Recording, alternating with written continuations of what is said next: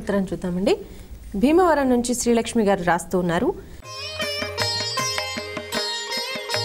సూర్య భగవానుడు లేదా నవగ్రహాల ఫోటోలు ఇంట్లో ఉండవచ్చా? నవగ్రహాలంటే దెయ్యాలు భూతాలు కావు. చాలామంది భయపడతారు, అవి హాని చేస్తాయి అనుకుంటారు.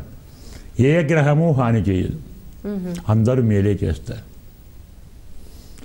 దెబ్బలు కొట్టే తల్లి కదా, అమ్మ అని పిలవమా, నాన్న అని పిలవమా? తిట్టితే అమ్మ కదా, మా అమ్మ మంచిది కాదంటావా? తిట్టితే మళ్ళీ అమ్మే కావాలి. తిట్టినా అమ్మే కావాలి, కొట్టినా అమ్మే కావాలి, కోప్పడ్డా అమ్మే కావాలి, వెళ్ళగొట్టినా నాన్నే కావాలి. ఎందుకు కొడుతుంది తల్లి? పగతోటే. తప్పు చేస్తా. పిల్లవాడు బాగుపడాలి, మంచి పేరు రావాలి.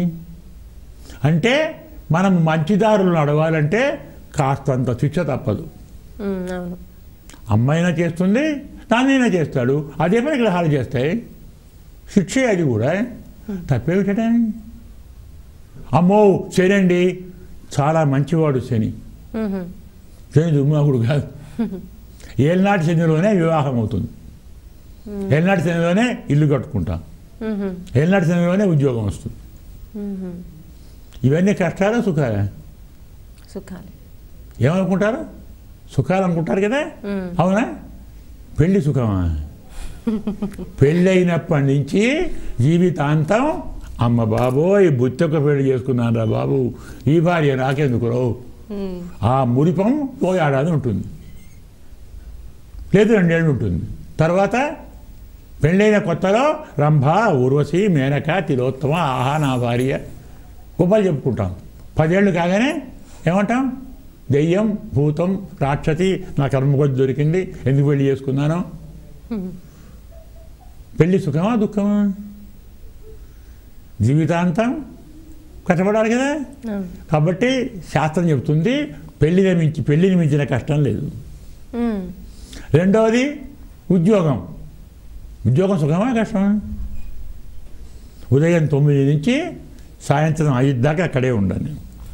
వాడు చెప్పినట్టే వినాలి, వాడు ఏమంటే అది చేయాలి. రేపు సెలవు లేదు రా అంటే పోవాలి, సెలవు ఇయ్యను ఇంటి ఉద్యోగానికి పోవాలి.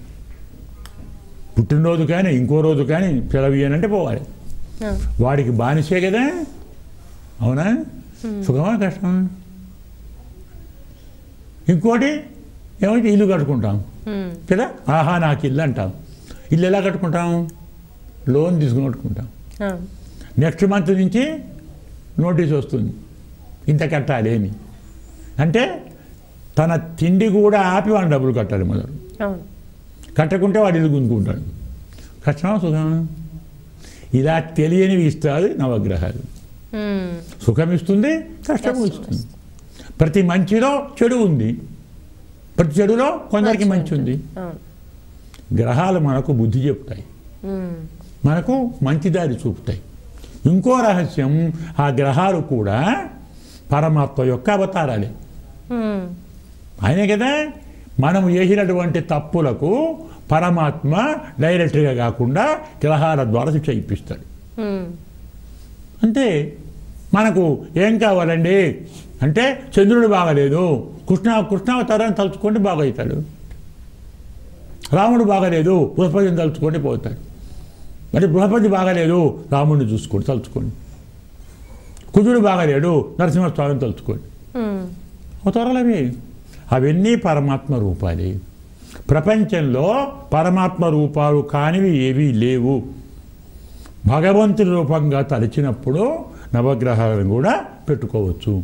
అవేవో దెయ్యాలు భూతాలు భయపడితే మాత్రం పెట్టుకోకండి.